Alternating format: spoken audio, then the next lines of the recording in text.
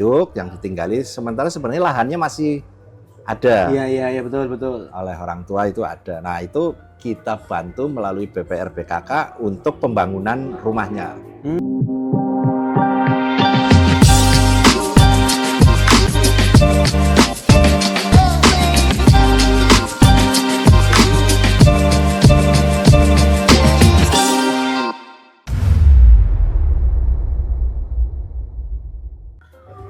Sugeng Rawuh, selamat datang di podcast Ngopeni, ngobrol pembangunan dan inovasi Jawa Tengah. Nah, kali ini kita akan membincangkan topik yang sangat luar biasa, yakni terkait dengan pembangunan. Nah, kita akan berbincang dengan sosok yang hebat, namun kami perlu melatar bawahi pembangunan perumahan bukan hanya urusan soal bangun dinding dan atap, tapi merupakan investasi besar bagi masa depan masyarakat. Rumah itu adalah fondasi dan kualitas hidup masyarakat, tempat keluarga tumbuh, kesehatan terjaga, dan kehidupan sosial bermula. Nah, kita akan mengulik bersama bagaimana proses dan progres bagaimana Jawa Tengah ini membangun masyarakat yang berkaitan dengan perumahan dan pemukiman. Kita akan berbincang bersama dengan sosok yang hebat yang langsung memahami secara mendetail bagaimana kompleksitas problematika dinamika terkait perumahan dan pemukiman di Provinsi Jawa Tengah. Telah hadir bersama kami Bapak Budyo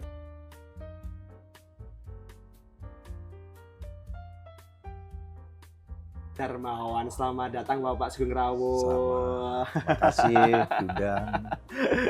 Luar biasa hadir bersama kami Bapak Budyo Darmawan di tengah kesibukan. Sibuk hari ini Pak, luar biasa sibuknya ya. Lumayan hari ini dari pagi ada agenda-agenda acara. Iya. Nah, ini kita sudah teragenda untuk bincang-bincang. Siap Bapak, terima kasih di matur nuwun. Selamat berjumpa juga bagi pemirsa Garuda TV dimanapun berada. Oke, luar biasa. Nah, kita langsung dengan Pak Budyo Darmawan. Ini beliau Kepala Dinas Perumahan dan Pemukiman Provinsi Jawa Tengah. Di podcast kita ngobrol tentang pembangunan dan inovasi Jawa Tengah. Nah, ini kita akan berbincang banyak nih terkait pemukiman dan perumahan Bapak. Oh, itu. ya. Aman ya Bapak ya? Siap. Karena Bapak Kepala Dinasnya nih yang langsung mengetahui bagaimana dinamika problematika terkait dengan pemukiman dan perumahan Bapak. Ini unik Bapak, pemukiman dan perumahan. Ini bedanya apa sih Pak? Pemukiman sama perumahan ada bedanya atau sama aja sebenarnya Pak itu Pak? Mohon izin. Kalau perumahan itu kan satuan. Perumahan itu satuan. Nah, kalau pemukiman artinya sudah skala regional atau kumpulan dari satu perumahan-rumahan. Rumah-rumah. Perumahan satuan saja. Iya. Kalau pemukiman kumpulan dari beserta fasilitas-fasilitas pendukungnya. Oh, seperti itu Bapak. Iya. Berarti di sini termasuk misalnya nih yang nggak asing di masyarakat ada program seperti RTLH. Oh ya. Betul ya Pak ya. Betul. Kemudian mungkin stimulan untuk renovasi rumah. Gitu. Baik. Bapak ini masyarakat Jawa Tengah yang mungkin lebih dari 35 juta warga ya Pak ya, begitu. Betul. Kalau mohon maaf Pak, strategi sendiri dari Dinas Perumahan dan Pemukiman untuk validasi data, mungkin masyarakat yang belum mendapatkan rumah layak huni itu berapa Pak kira-kira nih Pak? Kalau kami boleh tahu Pak. Menurut database yang Bapak ketahui ini Bapak mohon izin. Jadi di kami di pemerintah Provinsi Jawa Tengah pada akhir 2024 sudah mengunci data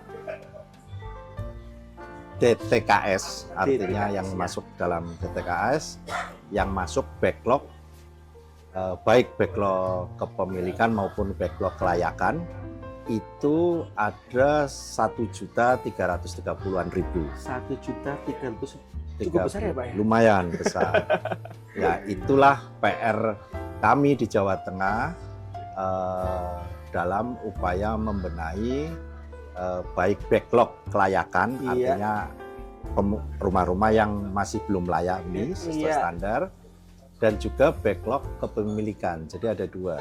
Iya. Nah, Untuk yang backlog kelayakan sejumlah 1.222.000 Iya. itu penanganannya melalui perbaikan Ya. rumah agar kemudian setelah dilakukan perbaikan menjadi rumah layak huni. Itu artinya sudah ada rumahnya. Ya. Sedangkan untuk backlog kepemilikan Iya. itu yang belum memiliki rumah.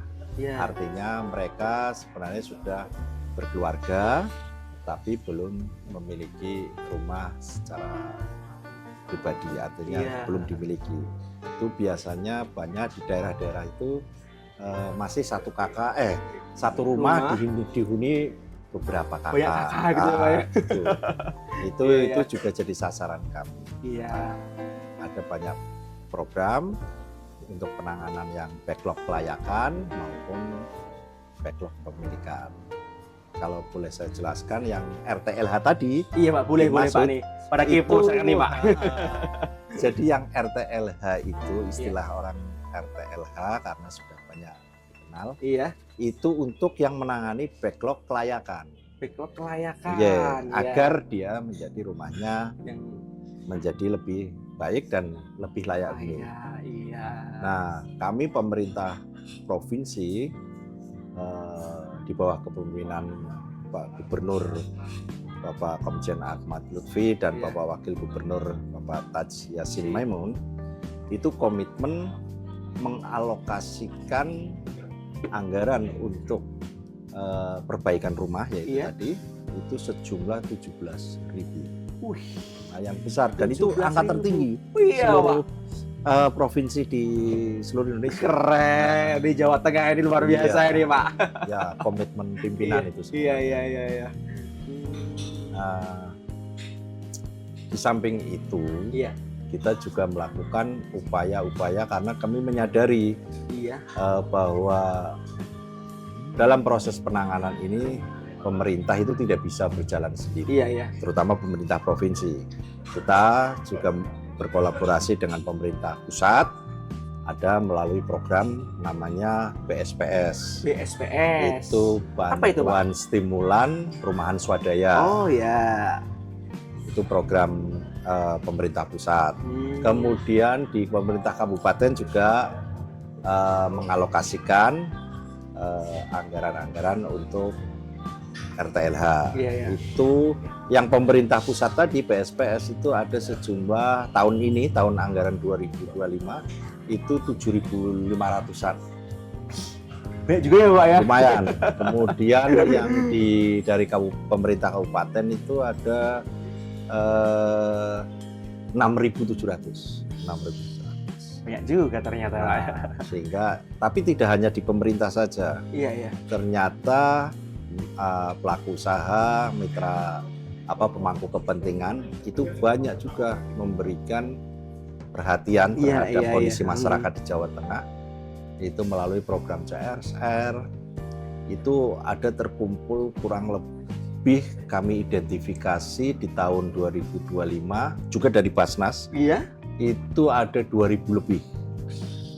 Sehingga semua inilah yang kita kolaborasikan dalam upaya untuk mengejar target-target dari PR kita di Jawa Tengah untuk.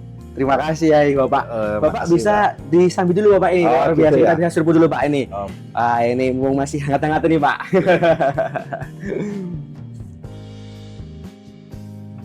Nanti bisa tambah awet Pak, nanti kita ngobrolnya nih Pak. Terima kasih.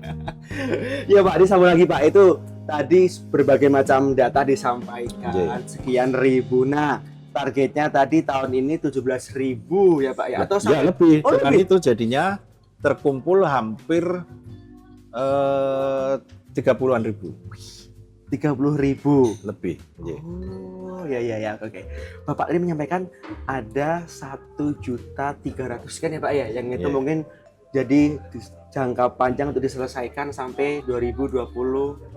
Harapannya seperti itu. Kalau tentu Bapak pasti juga punya target-target nih Pak, sesuai dengan arahan gubernur ya Pak ya. Kalau mohon izin Pak, kalau target Bapak mungkin dalam setiap tahunnya untuk mengatasi 1,3 juta sekian. Iya. Gimana Pak kira-kira Pak? Ini yang Banyak loh membuat- Pak itu. Iya, ini yang juga sekali lagi cukup berat jadi Iya. bagi kita semua, tapi kita tetap optimis di dalam upaya memberikan pelayanan masyarakat. Betul Bapak. Nah, di samping kita terus menggandeng kolaborasi bersama seluruh pemangku kepentingan, tadi kan sudah ada pelaku-pelaku usaha, Iya. kemudian Basnas, Iya. nanti Basnas Kabupaten juga akan bergerak sama. Kita juga melakukan upaya mendorong masyarakat dalam memberikan partisipasi terhadap permasalahan ini melalui gotong royong, melalui apa, dan itu ternyata punya progres yang bagus dalam penyelesaian ini. Jadi dari hasil updating data kami yang 1,3 juta Iya Bapak. itu di akhir triwulan 3 kemarin Iya ya.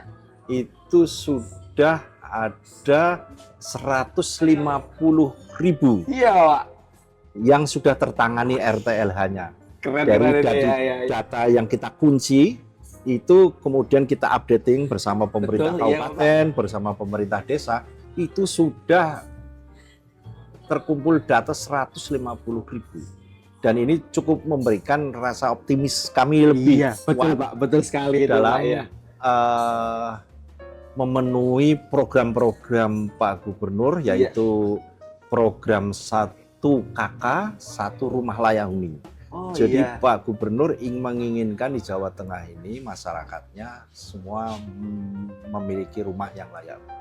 Oke. Dan ini linier dengan program prioritas Presiden iya. tentang program penyediaan rumah. Oh iya. 3 juta rumah. Ini yang Betul, digaung-gaungkan. betul. Jadi di era ini semua pimpinan Pak Presiden maupun Pak Gubernur itu sangat komit bahwa layanan dasar tentang perumahan Iya. itu menjadi prioritas penting. Nah, ini yang menggembirakan sehingga semua dipacu bergerak ke arah sana. Tadi seperti yang jenengan bilang, Iya, Pak. bahwa rumah adalah fondasi. Memang Pak Gubernur juga selalu memberikan arahan ke kami bahwa rumah itu tidak sekedar bangunan fisik. Iya, Bapak. Di sanalah masyarakat tinggal Iya, dan betul. memulai semua aktivitasnya dalam kehidupan, pembangunan dan sebagainya. Semua program-program pembangunan itu landasannya dari rumah. Betul, Bapak. Bagaimana kalau kita ingin memberikan pembangunan di sektor kesehatan, Iya. itu awalannya dari rumah. Rumah iya. yang layak huni akan mendorong memacu keberhasilan program-program kesehatan. Masyarakat stunting, masyarakat yang dalam memberikan pengobatan sakit dan sebagai kesehatan masyarakat. Iya.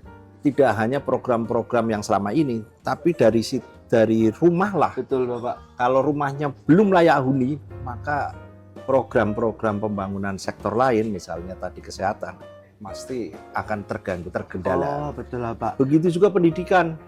Kita sedang memacu program pendidikan melalui banyak anggaran, tapi kalau masyarakatnya untuk belajar, Iya. anak-anak kita terganggu dalam proses belajarnya, Iya, Bapak. misalnya di lingkungan rumahnya kurang layak, Iya. itu juga akan membuat program pendidikan yang diimpi-impikan tidak berhasil. Iya, Makanya Bapak. sekali lagi rumah ini di samping layanan dasar, tapi dia adalah fondasi dari seluruh sektor pembangunan lainnya, pembangunan sektor lainnya. Nah, disitulah kita menyadari, makanya Pak Gubernur betul-betul komit. Gencar ya, Pak, ya. Nanti setelah rumah layak ini berbarengan paralel akan dikejar juga program-program yang lain pada titik-titik tersebut. Iya, oke. Gitu. Menarik Bapak menyampaikan rumah layak huni nanti otomatis akan menunjang terkait untuk kesehatan, betul, pendidikan dan lain-lain, seperti itu. ekonomi mungkin. Iya betul sekali. Kalau dalam kacamata dari Dinas Perumahan dan Pembangunan ini Pak, kira-kira kalau layak huni itu seperti apa sih Pak? Jadi biar warga juga tahu kalau gunaku layak urung ya seperti itu. Ya. Itu gimana Pak gambarnya Pak tadi itu Pak? Pertama memang melihatnya tentu saja dari aspek bangunan fisiknya. Bangunan fisiknya, oke. Secara jadi ada standar SDGs, terutama kita melihat termasuk dalam proses verifikasi kami juga memperhatikan itu dari sisi atapnya. Atapnya apakah itu terstandar, artinya memberikan perlindungan bagi penghuninya dari gangguan cuaca, misalnya hujan atau panas. Kan kalau masih bocor-bocor itu kan berarti anak-anak kita nggak bisa proses belajar dan sebagainya, atau juga kesehatannya bisa terganggu. Nah kemudian juga dindingnya itu juga tembok, artinya saat ini standarnya tembok yang bisa menahan dari cuaca luar, angin, hujan dan sebagainya, sehingga dia benar-benar bisa memberikan perlindungan. Kemudian juga lantai, nah ini lantai. Atap, dinding, lantai. Lantai ada beberapa kondisi yang misalkan, jadi standar minimalnya itu plester, artinya bukan tanah. Kalau tanah itu berarti tidak layak. Belum layak ya Pak ya. Itu jadi sasaran kami juga. Jadi parameter-parameter itulah yang digunakan kami dalam melakukan validasi atau verifikasi di lapangan. Di samping dari data kita bekerjasama dengan data dari Kemensos, DTKS, bahkan sekarang ada arahan untuk melakukan validasi juga data sen yang dari BPS. Nah ini juga kita kompilasi semua data itu. Komplit ya Pak ya. Terus kita verifikasi juga di lapangan. Ya. Kalau mohon maaf Pak, misalnya nih tadi atap, dinding, bukan lantai. Kalau terkait sama sanitasi Pak. Termasuk, sorry. Gimana Pak gitu? Masuk juga Pak? Iya masuk. Jadi gini. Include juga ternyata komplit ya Pak ya. Penjelasannya di samping tadi atap, dinding sama lantai, juga sanitasi. Sanitasi pegang peranan penting terhadap kesehatan. Iya betul sekali. Paling penting. Artinya kalau sanitasi membuat budaya hidup pemilik rumah atau yang tinggal itu dalam aspek kesehatannya. Betul Bapak. Sehingga nanti kalau itu juga baik, pasti juga harapannya kesehatan itu terjamin. Sanitasi bahkan sampai ke lingkungan sekitar lah. Lingkungan sekitar misalnya lingkungan di rumah, misalnya ada hal-hal yang harus ditangani, misalnya sampah dan sebagainya. Terus kemudian listrik juga itu bagian nantinya akan kita kolaborasikan. Artinya kadang masih dijumpai masyarakat kita, walaupun di era seperti ini masih ada rumah yang belum memiliki layanan listrik secara mandiri, karena selama ini masih mendapatkan layanan listriknya melalui tetangga atau istilah di lapangan menyalur tetangga. Dia numpang ya Pak ya. Ya. Dan itu kan keterbatasan penerangan biasanya, juga ada keterbatasan yang lain-lain, sehingga kita dalam hal energi listriknya kita kolaborasi bersama OPD terkait dan juga pihak PLN untuk memberikan layanan tersebut. Diharapkan semuanya aspek tadi energi, rumahnya dan sebagainya terpenuhi. Oke. Bapak, kalau misalnya Pak ini mohon izin, tanya juga Bapak. Misalnya ini ada warga masyarakat nih Pak, udah punya rumah atap, dinding, kemudian lantai juga udah bagus, tapi untuk alat mohon izin sanitasinya mungkin kurang memadai, itu bisa nggak Pak misal dioptimalkan, misal kayak bisa nggak dibantu untuk direnovasi tempat sanitasinya aja gitu? Khusus. Ada juga Pak? Iya, jadi verifikasi dan validasi di lapangan itu Iya. untuk mengetahui kebutuhan. Oh begitu. Artinya dari data pertama, Iya ya. kemudian data itu kita verifikasi dan kenyataannya memang dari atap, lantai, dinding, kemudian sanitasi itu ada parameter yang belum terpenuhi, ya itulah yang akan yang dilakukan perbaikan. proses perbaikan. Oh iya. Dengan begitu sehingga harapannya menjadi meningkat, rumah tersebut menjadi layak huni. Iya ya, oke. Ini luar biasa nih komitmen terkait dengan Iya. RTLH ya Pak ya. Ini kalau sama ini Pak, untuk bagaimana Pak ini percepatan penanganan RTLH di Iya. Provinsi Jawa Tengah kira-kira gimana Pak? Mungkin Bapak bisa ceritakan Pak, udah sampai mana nih untuk Iya. mengoptimalkan ini Pak? Jadi tadi seperti yang kami jelaskan, khusus untuk RTH Ya. yang backlog layakan itu proses percepatannya dengan melakukan kolaborasi Ya, bersama kolaborasi. pemangku kepentingan terkait. Iya, Jadi dari ada sisi perencanaan dulu. pendanaan. Di perencanaan itu kita kolaborasi bersama perguruan tinggi, Oh, dan perguruan tinggi juga. J, dalam melakukan KKN tematik. Kakak. Oh iya. Mahasiswa. Iya Bapak. Nah, mahasiswa itu kita bekali agar dalam melakukan KKN melakukan verifikasi dan validasi. Ikut. Oh, Nah, ada dua manfaat. Satu, kita mendapatkan data yang lebih bagus Betul. dalam proses verifikasi. file valid ya Pak Kedua, ya. transparansi. Karena mereka mahasiswa akan lebih memberikan input, masukan yang benar-benar real. Artinya tidak terganggu oleh kepentingan-kepentingan. Oh iya Bapak. Jadi betul. mereka pun dapat melakukan pemantauan dari proses pemberian bantuan ini seberapa tepat. Iya. Sebab mahasiswa akan lebih mudah menyampaikan jika ada kejanggalan-kejanggalan. Oh, seperti Kita itu. juga sudah disampaikan juga ada penyampaian seperti itu. Oh. Ini tidak bagus. Jadi kalau misalkan diverifikasi tidak menurut mereka, ya dia akan bilang tidak tanpa adanya intervensi Iya, iya. apapun. Nah, jadi ini bagus. Kami sudah dengan 25 perguruan tinggi Oh iya Pak. bekerja Jawa sama Tengah. se-Jawa Tengah sudah melakukan perjanjian kerjasama. Dan saat ini sampai ini sudah 19.000 mahasiswa pernah terjun dalam proses KKN-nya melakukan validasi. Itulah tadi 1,3 juta itu divalidasi oleh mereka sendiri, oleh mahasiswa termasuk untuk menentukan apakah data ini valid, statusnya dan sebagainya, sehingga kami memiliki data-data yang lebih valid.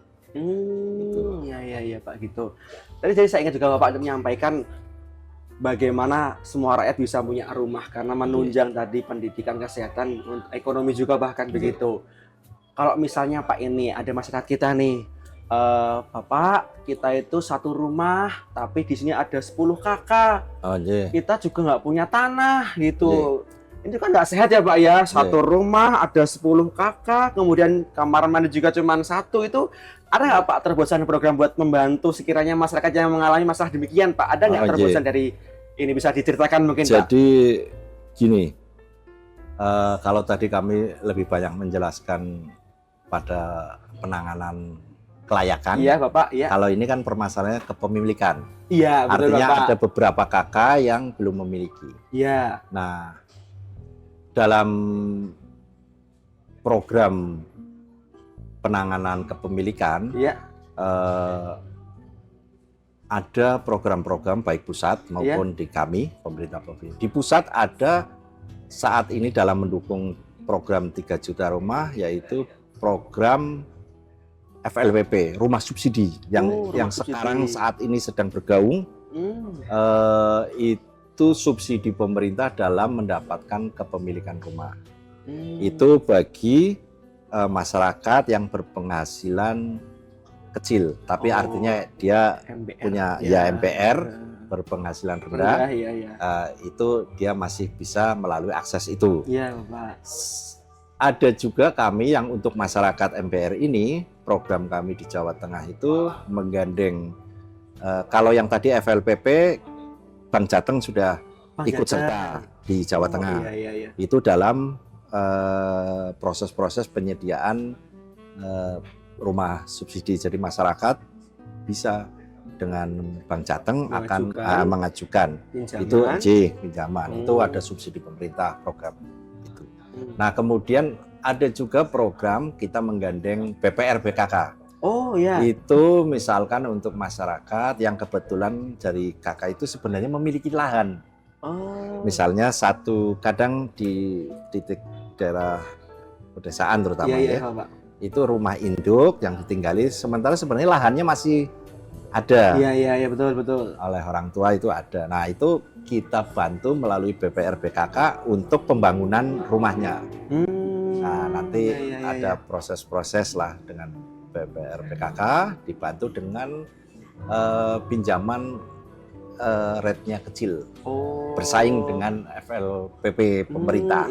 Itu yang khusus program Jawa Tengah. Sedangkan untuk yang sama sekali, artinya kondisi masyarakat yang masuk dalam DTKS tadi. Iya, Bapak.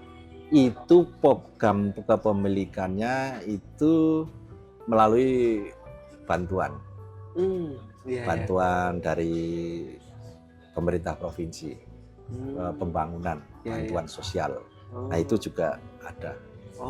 Dalam proses membantunya nanti kita juga melakukan kerjasama beberapa dalam tenaganya. Kami membantu dalam sisi materialnya. Begitu. Sehingga kolaborasi lagi itu dengan organisasi masyarakat. Ini sedang kami rintis juga ini.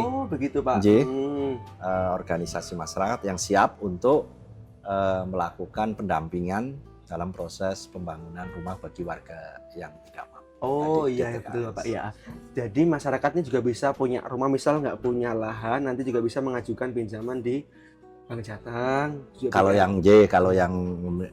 yang MPR. Iya, seperti itu. FLPP. Betul. Bisa juga BPR PKK. Itu ada program juga lagi juga. Jadi prinsipnya kami ingin memberikan beberapa alternatif program. Tinggal betul, disesuaikan dengan kondisi kemampuan masyarakat. Akan kasus-kasus ada yang memiliki lahan. Iya, Bapak. Tapi tidak mampu membangun dan sebagainya ada. Jadi kita pilah-pilah nanti. Kalau ini cocoknya masuk ke sini, kalau ini cocoknya masuk ke sini, kita fasilitasi. Kalau masyarakat juga biar tahu, Pak, kira-kira kalau stimulan ketika masyarakat ini warga punya lahan tapi tidak punya kemampuan untuk membangun rumahnya gitu, Pak, gitu. Mungkin ada anggaran sekitar stimulan berapa itu, Pak, untuk bisa bangun itu, Pak? Di angka kisaran berapa? Apakah ada nominal pastinya atau berapa itu, Pak? Kondisi saat ini yang sedang kita terapkan melalui memang dengan keterbatasan anggaran di daerah. Iya, Pak.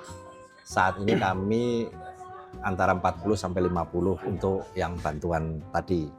Tapi bantuan ini untuk material. Khusus material saja, nggak beli yang lain, Pak? Untuk membayar tenaga gitu? Tenaga diharapkan swadaya pertama. Swadaya. Tapi kami juga berupaya saat ini sedang merintis tadi dengan lembaga sosial atau organisasi masyarakat yang siap juga membackup ini. Ada dan sudah ini mulai kita rintis. Harapannya nanti seluruh komponen lah masyarakat ikut berpartisipasi dalam program-program perumahan di Jawa Tengah. Luar biasa nih. Jadi misal punya lahan tapi tidak punya kemampuan, bisa juga Anda dapat akses mungkin selama itu masuk kategori miskin ya, artinya data itu. Iya. Jadi syaratnya harus masuk data ya, Pak ya. Nggak bisa sembarangan. Saya ini itu saya. Iya, betul sekali ya, Pak. Yang tadi juga diverifikasi mahasiswa. Betul, nantinya diverifikasi di lapangan. Betul-betul sehingga nanti akan harapannya tidak ada kita salah sasaran. Artinya dari program-program, setiap program tidak salah sasaran. Makanya kita sesuaikan kondisinya kasus per kasus. Kalau ini berarti ini cocoknya ke yang tadi FLPP program rumah subsidi. Ada juga yang program cocoknya yang menggandeng BPR PKK. Tapi ada juga kasus masyarakat yang masuk ke program bantuan kepemilikan rumah. Oh iya. Jadi ya alhamdulillah selama ini kita tidak, ya ini semua kita lakukan dalam rangka transparansi dan akuntabilitas dari program-program kami di pemerintah Provinsi Jawa Tengah. Oke. Bapak, kemudian nanti ada RTLH, bantuan subsidi rumah juga begitu. Kalau masyarakat nanya, kok nggak dibangun ke rusun aja sih Pak? Itu di Jawa Tengah ada nggak sih Pak kayak rusun, kan kayak provinsi lain ada rusun, Jawa Tengah ada nggak Pak rusun kayak gitu Pak? Kira-kira bisa diceritakan Pak atau gimana? Memang dulu rusun daerah ikut serta dalam proses tapi ini kan rusun biasanya untuk masyarakat perkotaan. Tapi Jateng udah punya Pak sebelumnya? Dulu ada. Jateng bersama pemerintah pusat berkolaborasi dalam membangun rusun. Tapi kebijakan saat ini dan ke depan ini masih bahwa rusun nanti akan diupayakan oleh pemerintah pusat. Nah, daerah tanggung jawabnya di kabupaten bersama kami pemerintah provinsi itu dalam upaya penyediaan lahan.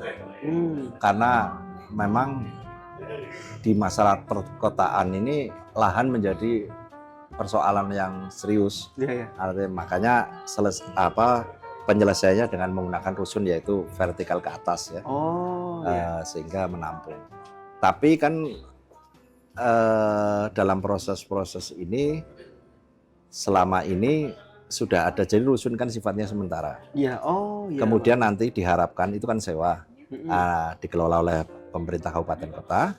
Nanti pada saatnya ketika dia ekonominya sudah mulai membaik, kita mengarahkan pada program, dia sudah masuk kategori MBR. Betul. Dia masuk supaya diharapkan memiliki rumah. Hanya saja kadang-kadang memang masih belum lancar karena rusun ada di perkotaan sementara ini, sedangkan rumah subsidi ada di perbatasan daerah urban. Jadi mungkin agak geser sedikit, tapi kan memiliki rumah. Nanti ini digantikan juga yang rusun oleh masyarakat yang belum siap. Sebenarnya proses-proses itu yang seharusnya berjalan sehingga ada pergantian, masyarakat meningkatan juga. Pada saatnya awalannya masih sewa, kemudian nanti menjadi kepemilikan.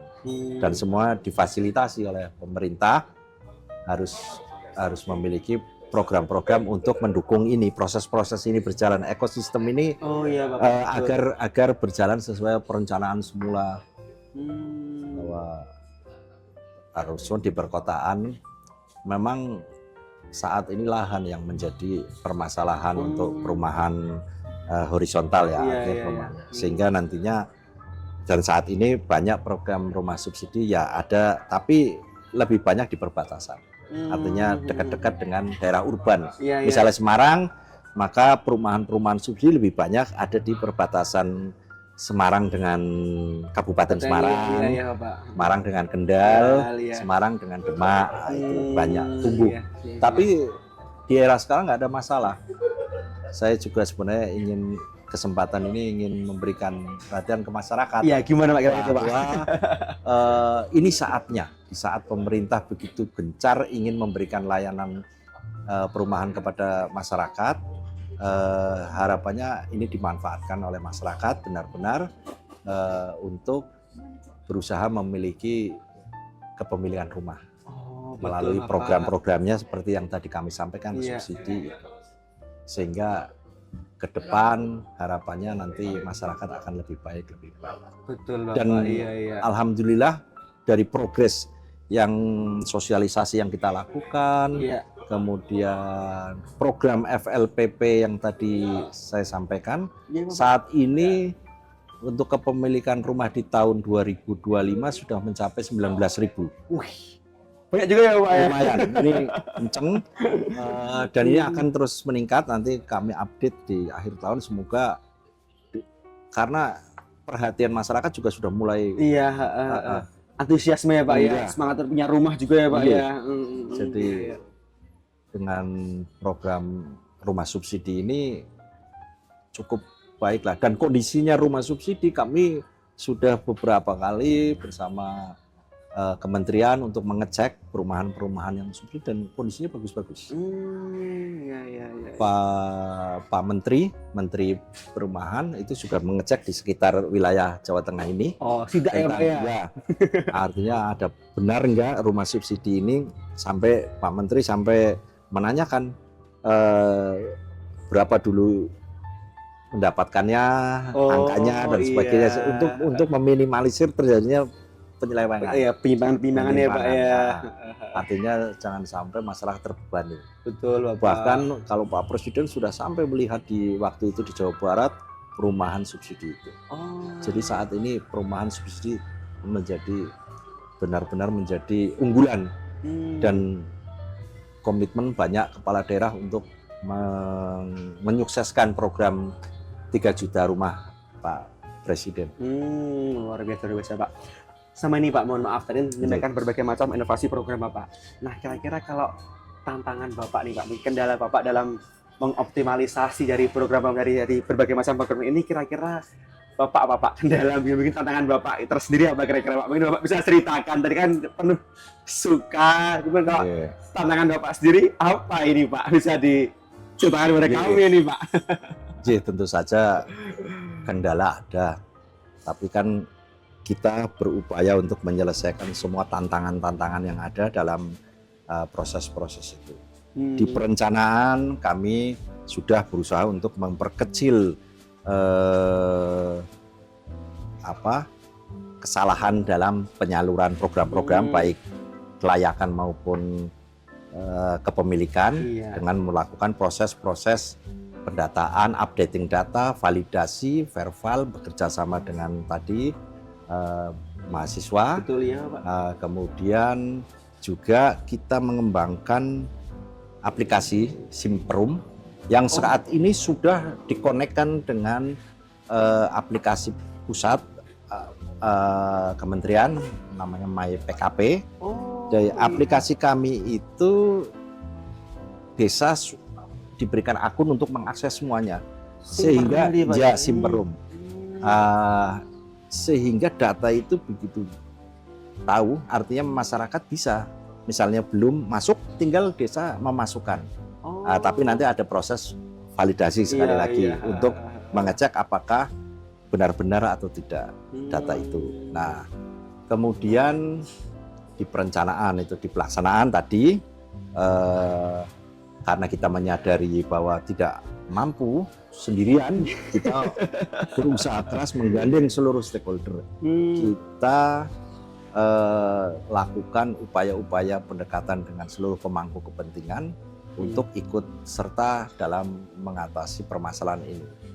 Nah, perjanjian kerjasama dan sebagainya, bahkan ya mungkin ada aplikasi pada tingkat pelaksanaan juga kita lakukan kolaborasi pengembangan, artinya proses yang tadinya mungkin awal-awal masih sedikit, dengan keyakinan berjalannya prakteknya juga mereka akhirnya memberikan kepercayaan data-data dan sebagainya, sehingga karena proses data kami, pelayanan kami di lapangan dan juga hasil yang itu membuat kepercayaan masyarakat, pemangku kepentingan makin besar dalam mengalokasikan untuk itu.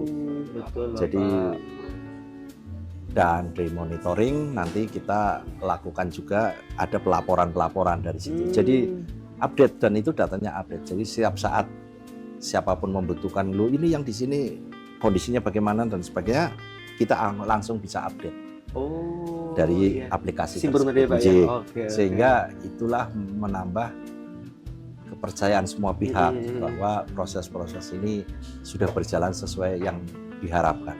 Dan itu menjadi poin penting dalam menghadapi tadi kendala-kendala yang prinsipnya itu kan kendalanya begitu besar, tanggungannya, kemampuannya sedikit, tapi dengan begini meningkatkan kemampuan untuk menyelesaikan itu, sehingga ya optimisme Iya. bahwa dalam upaya ini kita akan lakukan evaluasi, perbaikan semuanya sehingga akan tercapai. Kita sekali lagi tidak, ya walaupun anggaran tetap, tapi tidak menggantungkan kepada anggaran pemerintah. Oh, betul Bapak. Nanti pasti akan ada jalan melibatkan banyak pihak. Iya, Bapak. Oke. Jadi Bapak menyampaikan terkait evaluasi, monitoring gitu ya, Pak ya. Nah, saya jadi teringat tadi soal angka 40 sampai 4 juta untuk membelanjakan material. Lah nanti untuk mengevaluasi iki tenan dibelanja ora itu seperti apa Pak? Jangan-jangan madigo liyane gitu Pak. Iya. Ada nggak Pak, mungkin perlu foto nota dikirimkan ke Pak Kades itu seberapa itu Pak? Jelas kalau yang di rumah aja dibangun itu ada nggak Pak itu buat evaluasi itu kira-kira gimana Pak? Bisa diceritakan ini Pak? Jadi kalau yang tadi baik RTLH maupun pembangunan, pemberian bangunan itu pembangunan itu semua termonitor dari kondisi awal 0% dan semua diinput tadi ke Simperum. Oh, jadi dimasukkan ke Simperum juga Pak. Jadi gini, gimana Pak? Desa awal sebelumnya desa sudah kita lakukan pembinaan bimbingan sehingga setiap desa itu akan membentuk tim desa. Oh, ada tim desa. Tim desa. Iya, betul. Tim desa inilah yang melaksanakan bentukan dari desa yang akan melaksanakan proses pembangunan atau perbaikan rumah tidak layak huni. Dan semua terreport. Sehingga proses-proses monitoring atau evaluasi dari itu tergambar jelas dalam aplikasi itu. Oh, jadi di foto semua kondisi rumahnya Pak ya? Iya, dari keadaan 0 sekian persen itu selalu report. Kalau tidak report ya pasti akan kita tegur dan terus kemudian di foto, di upload di Simperum. Oh, Simperumnya di aplikasi itu. Kita sudah lakukan bintek kan mereka. Oh iya betul Bapak. Dan anggota tim desa itu di samping aparat desa ada tokoh masyarakat. Oh iya betul. Kemudian salah satunya si pemanfaat. Jadi semua melakukan proses itu. Jadi tidak si pemanfaat bantuan ini ikut serta dalam proses itu. Jadi mereka pasti akan terlibat, kepentingan mereka pasti terakomodir. Kepentingan jangan sampai orang lain yang membangun tapi dia sama sekali nggak tahu. Jadi angka semuanya semua detail tahu. Semua ditandatangani oleh tim desa. Setiap report. Begitu Pak. Oh, keren. Iya. Kan tadi udah difotokan sebelumnya. Kok nanti yang untuk menyatakan ya dari 0 sampai 100%. Sampai selesai maksudnya kalau yang perbaikan ya sampai proses perbaikannya selesai. Kalau yang pembangunan ada kan yang tadi pembangunan. Oh iya betul Bapak, iya. Yang 40 itu pembangunan itu hampir sama prosesnya dan nantinya tapi proses itu akan dimonitoring secara manual di lapangan karena di assessment ya Pak ya. Di assessment dan saya belum sampaikan pada yang bantuan itu Bapak menggunakan kelebihan kami itu menggunakan teknologi Ruspin. Ruspin itu gimana Pak? Sistem panel, sistem panel. Jadi struktur bangunannya itu sudah dibuat sesuai standar. Jadi tinggal di lapangan itu tinggal merakit strukturnya. Gitu. Sehingga nantinya setelah struktur dibuat sudah tinggal, sehingga ini kenapa kami bilang ini hal tersendiri di kami. Ini karena ini termasuk kategori inovasi dalam struktur bangunan. Hanya Pemprov Jateng ya Pak ya? Saat ini kami. Keren. Dan terstandarisasi itu tahan bencana juga. Oh iya. Dan kelebihan yang lain, dia meminimalisir waste material atau material yang tidak terpakai, limbah material, Pak, betul. Karena strukturnya sudah jadi. Jadi kalau orang bangun rumah, strukturnya kolom-kolom itu kan mesti ada papan Betul Pak. untuk ngecor. Iya. Nah, papan itu kan limbah setelah itu kan nggak dipakai. Oh iya Bapak, Gitu? betul sekali itu. Nah, kalau dengan sistem kami sehingga di lapangan tidak ada limbah. Terpakai semua ya Pak ya? Terpakai Bermanfaat semua ya Pak ya? Iya, karena sudah jadi barang dikirim. Tinggal merakit, barulah yang di lapangan dilakukan di lapangan pada dinding maupun atapnya saja. Jawa Tengah ini luar biasa nih Pak terobosannya ini. Bapak, oke. Rumah nih Pak, tentu nggak lupa nih sama mungkin air juga nih Pak. Nah, kalau untuk udah bangun fisik nih Pak, kadang juga mungkin tantangan juga sumber air mungkin nun sewu mungkin tercemar atau mungkin kotor nggak layak begitu. Kalau ketika menghadapi hal ini yang dilakukan dari Dinas Pemukiman dan Perumahan untuk mengatasi kendala air mungkin yang tidak optimal gitu, kira-kira apa Pak untuk mencari itu Pak? Jadi yang pembangunan itu ada 2 kategori ya, artinya ada pembangunan yang satuan. Iya, satuan. Itu biasanya artinya masyarakat satuan gitu. Itu biasanya kan pasti di lingkungan pemukiman yang sudah jadi. Oh iya, masyarakat, betul Bapak. Lahan-lahan dia yang sudah ada di sekitar pemukiman. Iya. Sehingga drainase, prasarana utilitasnya itu menggunakan prasarana yang sudah ada dalam pemukiman itu. Baik air bersih maupun sarana-sarana drainase dan sebagainya. Tetapi ada juga yang kedua pada saat pembangunan itu komunal. Nah, kalau komunal ini ada beberapa misalnya banyak, itu biasanya lahan yang belum terbentuk pemukiman. Nah, disinilah kami bersama pemerintah kabupaten untuk yang komunal ini melakukan kolaborasi. Artinya pemerintah kabupaten dalam proses penyiapan PSU-nya atau prasarana utilitas termasuk jalan lingkungan, kesiapan lahan, terus drainase, kemudian termasuk air bersih.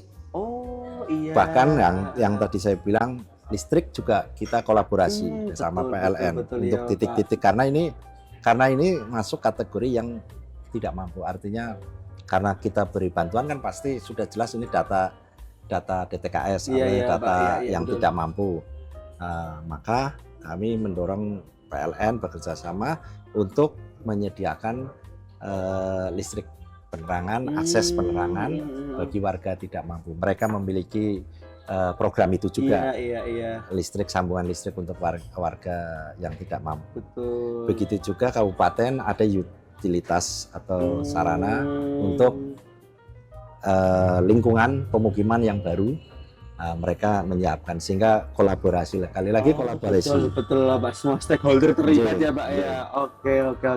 Pak, mau di sini Pak, kalau kayak rumah subsidi gitu sih Pak, itu nanti kalau tempatnya itu yang menentukan nanti dari pemerintah sendiri ini akan lahan dibangun atau nanti itu pilihan masyarakat nih Pak, misalnya masyarakatnya itu apa yang dibangun di sini atau sudah terpadu di satu kira-kira Pak itu? Jadi kalau yang program rumah subsidi tadi itu bekerja sama pertama dalam pembiayaannya dengan perbankan. Ada perbankan yang sudah siap untuk mendapatkan kuota alokasi untuk memberikan kredit subsidi. Jadi subsidinya pada pembiayaannya. Nah, kemudian dalam proses pembangunannya bekerja sama dengan asosiasi pengembang. Jadi rumah subsidi ini semua pengembang yang tergabung dalam asosiasi yang sudah legalitasnya sudah diakui, artinya sudah ada proses-proses screening bekerja, itu mereka membangun rumah layaknya perumahan komersil. Persis seperti pembangunan perumahan komersil. Hanya titik lokasinya mungkin tidak di area perkotaan. Rumah komersil aja zaman sekarang sudah mulai minggir. Nah, setelah membangun perumahan itu termasuk semua sarana seperti rumah komersil, yaitu sarana jalan lingkungan, bahkan rumah ibadah, area publik, semua tersedia, sama seperti perumahan komersil. Dan saat ini kondisinya bagus-bagus. Nah, yang disubsidi oleh pemerintah itu masyarakat ketika mengambil rumah subsidi ini dengan DP saat ini sebenarnya antara variasi 500 atau maksimal 1 juta ya. Iya.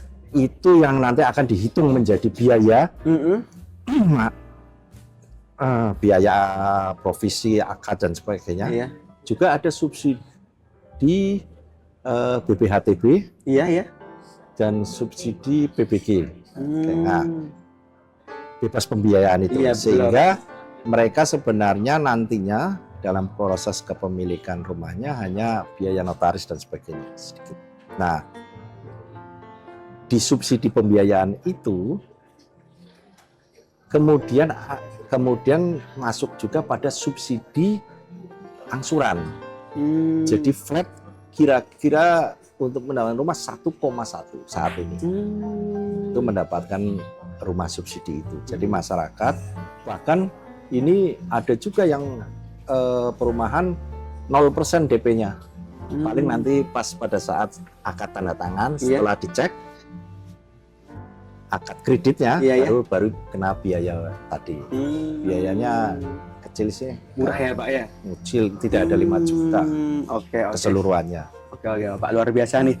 Berikan terobosan dari Dinas Perumahan dan Pembangunan ya Pak ya, bagaimana mewujudkan masyarakat agar semua mendapatkan rumah yang layak ya Pak ya, secara berbagai macam program telah dioptimalkan, dimaksimalkan ya Pak ya, dengan berbagai macam inovasinya ya Pak ya, begitu. Tentunya harapan dari Dinas Perumahan dan Pemukiman rakyat bisa betul-betul menikmati secara real ya Pak ya, begitu. Harapannya tentu saja sekali lagi semua program-program yang sedang kita jalankan baik pusat maupun daerah, kabupaten dan sebagainya, itu dalam upaya memberikan pelayanan kepada masyarakat dalam mendapatkan layanan dasar yaitu papan atau istilah dulu kita kan utamanya sandang, pangan, papan. Iya. Nah, ini papan perumahan itu. Iya, betul Pak. Oke.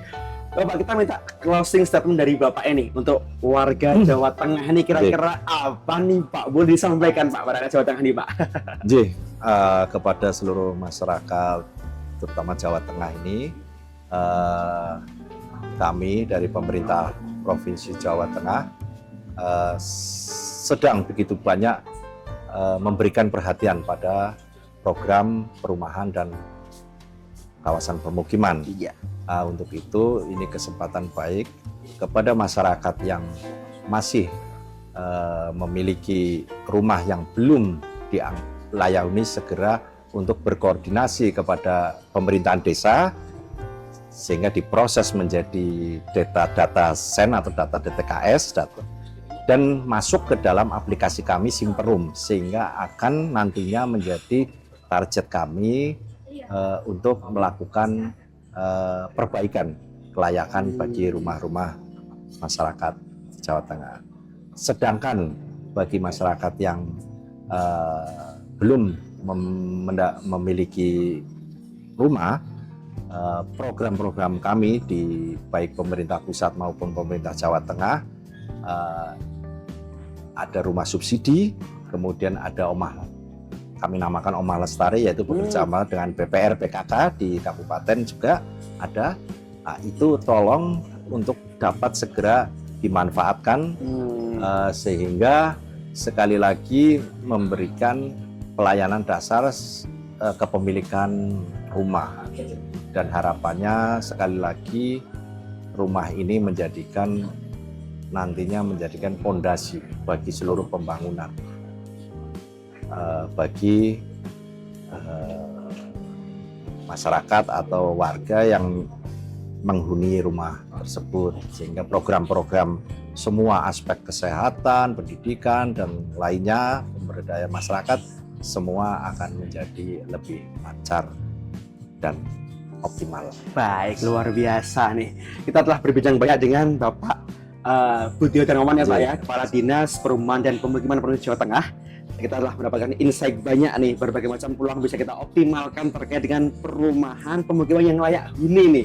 Harus bisa diakses seperti tadi yang bisa disampaikan tadi oleh Bapak Kepala Dinas kita ini. Dan kami makasih juga Bapak telah bergabung di podcast kami Pak, ngobrol pembangunan dan inovasi Jawa Tengah. Begitu nanti kita bisa berbicara lagi di lain kesempatan dengan topik yang lebih luas lagi ini Pak. Karena menarik ini bicara soal perumahan dan pemukiman nggak ada habisnya ini Pak. Karena ini idam-idam masyarakat begitu terkait dengan psikologis, kesehatan. Punya rumah yang aman, betul kan, nyaman Bapak begitu seperti itu. Baik, sampai jumpa di lain kesempatan di podcast Ngopeni Matur Nuwun. Terima kasih Pak. Terima kasih seluruh pemirsa. Iya.